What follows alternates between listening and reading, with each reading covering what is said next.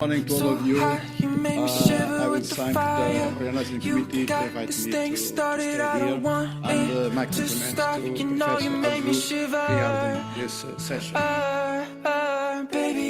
I have no disclosure relating to this presentation, and when we think in upper airways, we should think in the open entrance of the respiratory system. And the entrance is our nose. Many people don't think that is very important. This is real. Every 5 minutes we need 5 liters of air for life. 2 or 3. But it's important. Why? The air passage is very important. As you can see, the atomic area is very important. The turbinates, bones are very important to this. And also we need to regulation the humidification of the nose.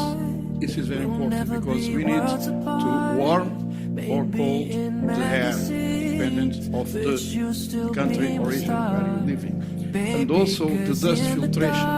When you think that sunlight comes from the lines, we can see some particles in the air, but with no sun or even here, they are invisible to us. But we inhale constantly particles. So we should think that per time, dust filtration is very important to the respiratory system.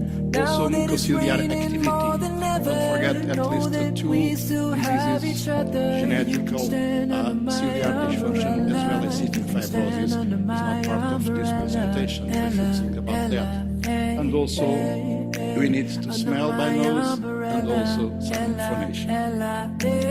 Well, these fancy things will never come in between. You're part of my entity. So, 50 years ago, Giorgio and also Arzu and Milan has defined and tried to define it with Professor Nunes and also Professor Busquet and I have the definition of rhinitis. Rhinitis is always an inflammation of the swelling of the nose and the mucous membrane.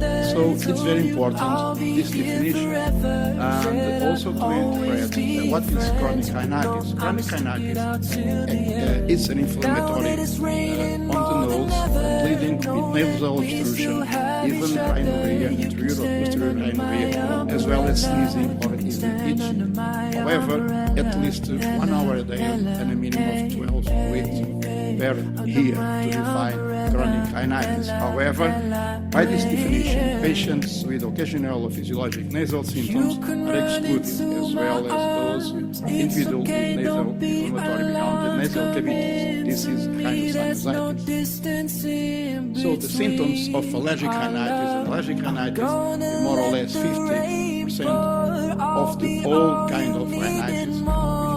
That infectious rhinitis like virus is a rhinitis, but symptoms of allergic rhinitis, just to remember that watery, rhinorrhea, runny nose, itching and swelling, postnasal drip, nasal blockage, and also can provoke conjunctivitis as well as other from 20 to 30% of asthma. We have medium studies in all countries about rhinitis. Portugal have developed a study, Project HARPA, and we congregate all population from childhood to elderly people to check what prevalence rhinitis we have in our country from the south to the north. And we find that the prevalence of rhinitis is about 21% in preschool children, 27% in children, adolescents, 26% in adults, and almost 30% in elderly people. Rhinoconjunctivitis, about 11% of these patients, and most of children, adolescents, has mild rhinitis. However, 7% has persistent forms of disease in adulthood, and in adults with 30%. And even in the elderly, more than 40% of patients reported nasal symptoms with interference with daily activities or sleep. Don't forget that even children who have sinusitis, remember that here we have problems or sinus, and we can check there is no frontal sinus. So many headache in children are not related to sinusitis because they have no frontal sinus. Many of them, from 10 to 20%, we found sinusitis in children, and many of them we need to treat. So, a task force from Yaki some years ago have made multiple sources related to airways. Conjunctivitis, sinusitis, middle ear problems, and also divinate hypertrophy, and also sleep problems and certain effects on concentration. Don't forget that disorders are part of allergic diseases like asthma, atopic dermatitis, food allergy. Compares no worries or cares, regrets and mistakes that our memories made. Who would have known how bittersweet? With redness, itching, watery tears, burn off, persistent, and risk to produce infection, but by rubbing the eyes after the itching. And also otitis and earring. This is very important because in very small children, we can some irritability in small children, mothers,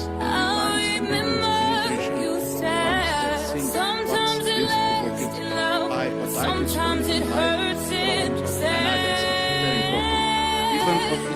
Never mind, I'll find someone like you. I was nothing but the best for you. So don't forget me. I remember you said sometimes it lasts love, sometimes it hurts instead. Sometimes it lasts. Hypertrophy or tonsillar hypertrophy can provoke obstructive sleep apnea. Even we have 24% of men and 9% of women in general population of these problems.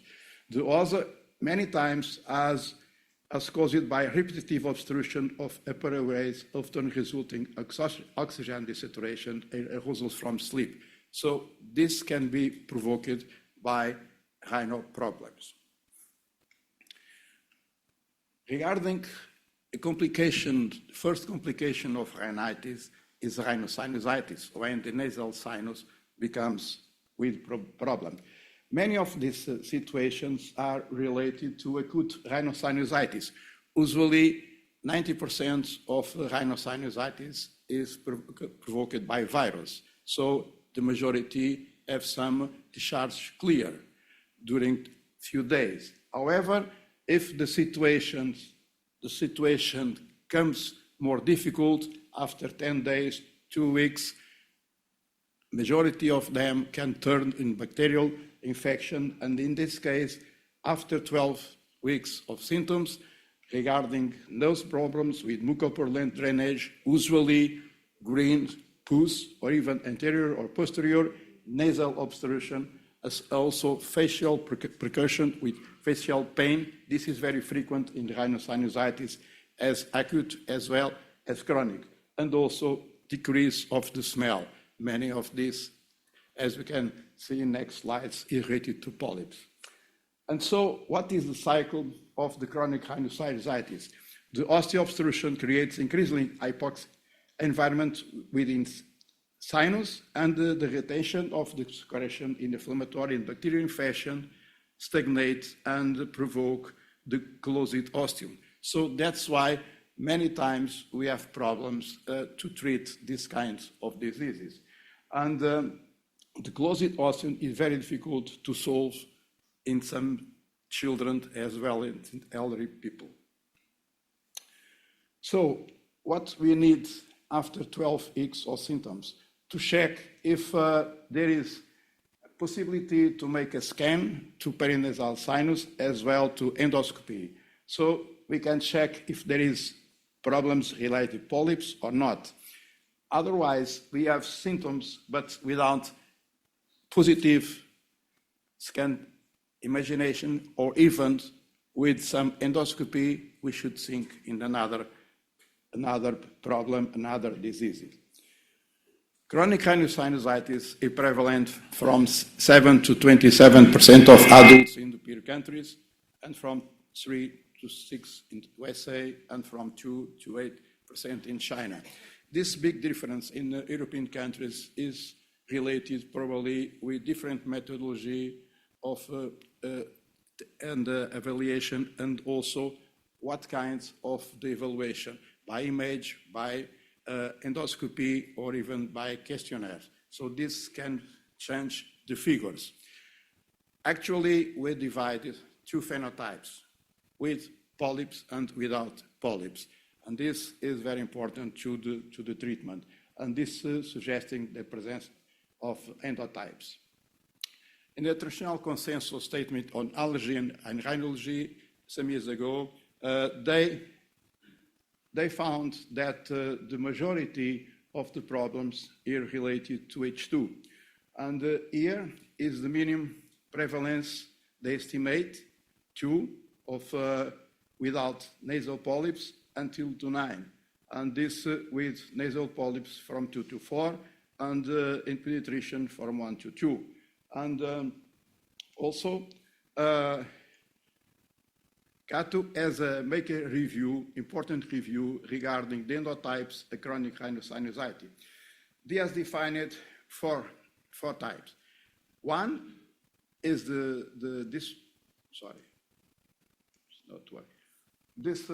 one is not typed, so they not can perform it the real type, or per mix, or isn't not control the molecules and define the type.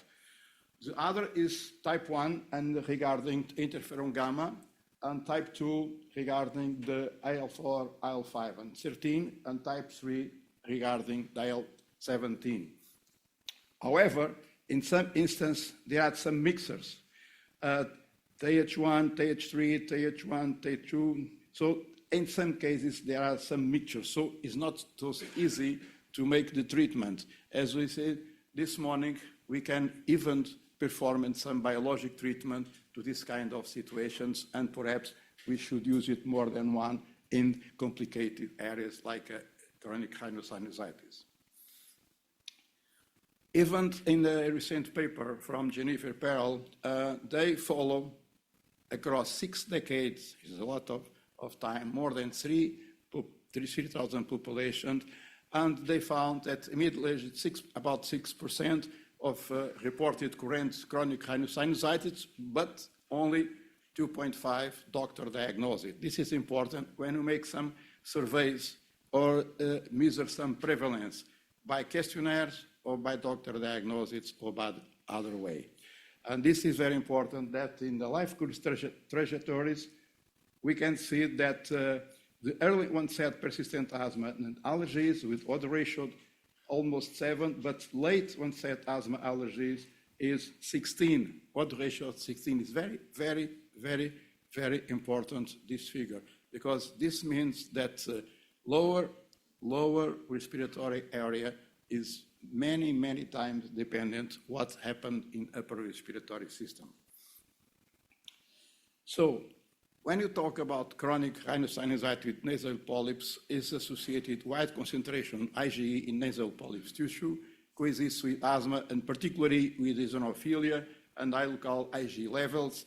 And nasal polyps has been estimated from 0.5 to 4.5 of patients with allergic rhinitis.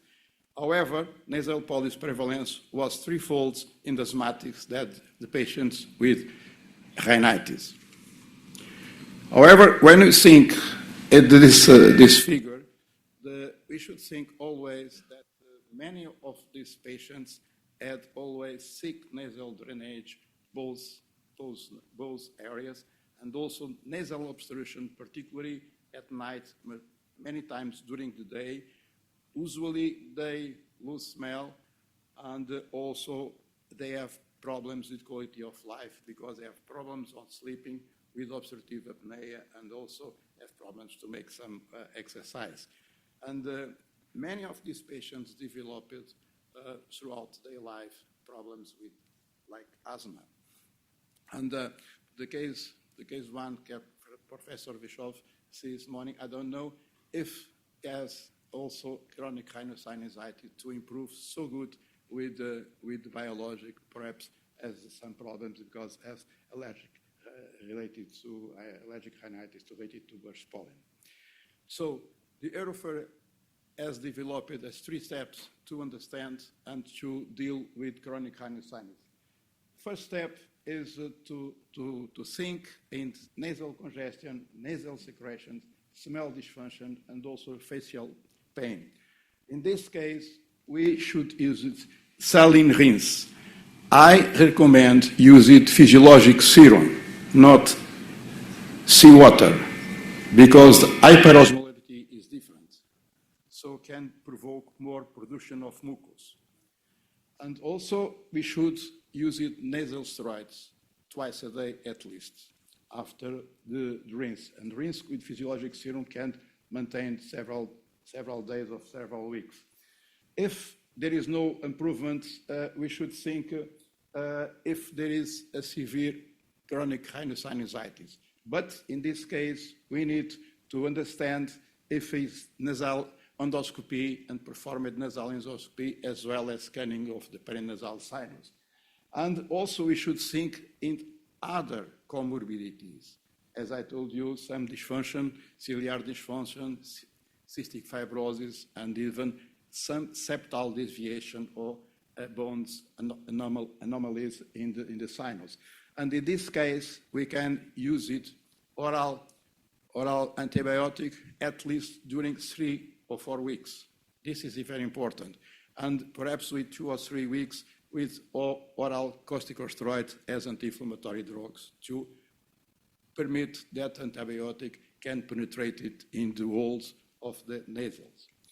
And so step 3, when we cannot control with this treatment, usually we should test the endotyping and test blood tests or even have some biopsy of the nose and try what kind of histology do we have. And if you have no possibility of them, so you can try other things with biologics, some biologics, or even if the patients are allergic to aspirin as well as non-steroid anti-inflammatory drugs and try to stop them. But we should think also that many medications, particularly in the elderly, can provoke problems of the nose, so some kind of rhinitis, and if not treated, they can develop it also chronic rhinosinusitis. And in this case, we need also the treatment of comorbidities. Don't forget diabetes and also hypertension drugs or cardiovascular diseases then can provoke alterations in the nose. And Klaus Bacher and group from Belgium have developed a method to understand the risk of asthma regarding the phenotypes and the recurrence risk of the treatment. So this is very important to think that even the moderate type 2, we have 60% of nasal polyps, contrary to 30% of without nasal polyps.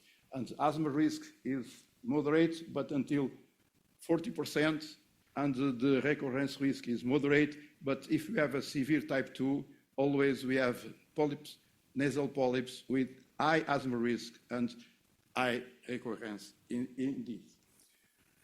So recently, a control of birth squads in the state of New York by Nina Flores, she found that in rhinitis, with frequent rhinitis and persistent rhinitis, what happened, they have late onset wheezing. This is very important to think that every problems in rhinitis have repercussion to the lungs. Every problems goes to the lungs because the air that goes to the lungs is not pure as we would like. The possible causal mechanisms to explain a link between allergic rhinitis and asthma is lack of nasal functions, nasal bronchial reflex, also rhinovirus adhesion theory. One of the authors of this possibility was Dr. Canonica. Also migration of T cells responses to other tissues after initial sensitization. Braunwald has discovered that allergen challenge in one part of the airway is followed by a response in other parts. And in last years, Yorgancıoğlu has told us in the previous presentation that epithelial barrier hypothesis is a new one, and the effect of external exposoma on microbiome epithelial barriers in allergic disease can explain many of the problems regarding upper airways as well as lower airways. So rhinitis and asthma interaction is very important, particularly in patients with high total serum Ig levels and the most associated comorbid conditions where airway infection and rhinosinusitis and identification and treatment of asthma comorbidities are considered essential, especially in the approach to difficult to control asthma. However, they can run independently. And the prevalence of allergic rhinitis in asthmatics is similar regardless of asthma severity. In the group of biopred cohort, allergic rhinitis was present in 55% of severe asthma patients and 60% of those with no severe asthma. And also the Spaldia group in Italy showed similarities in the inflammatory patterns of asthma and allergic rhinitis in which eosinophils and T lymphocytes are the predominant cells. However, rhinitis is also common in non-allergic asthma. Patients with allergic rhinitis who are sensitized to perennial allergens are significantly more likely to develop asthma than patients who are sensitized to seasonal allergens. And even in a cohort of COPD patients with pulmonary function tests, induced sputum, blood eosinophils, atopy tests, and scans of the paranasal sinus and known history of asthma, was found that patients with upper airway disease showed increased evidence of eosinophilic disease and increased lower airway symptoms by bronchoalveolar lavage. So, finally, inflammatory disease of upper and lower airways usually occur together frequently. Allergic rhinitis, chronic rhinosinusitis, and asthma are conditions with high prevalence and significant impact on quality of life. And upper and lower airway diseases have similarity in phenotypes, in some cases different endotypes, and treatment should depend on phenotypes or endotypes. And the cornerstone of treatment is appropriate medical treatment, which usually consists of topical inhaled corticosteroid and, to severe cases, oral steroids or biologic. Thank you.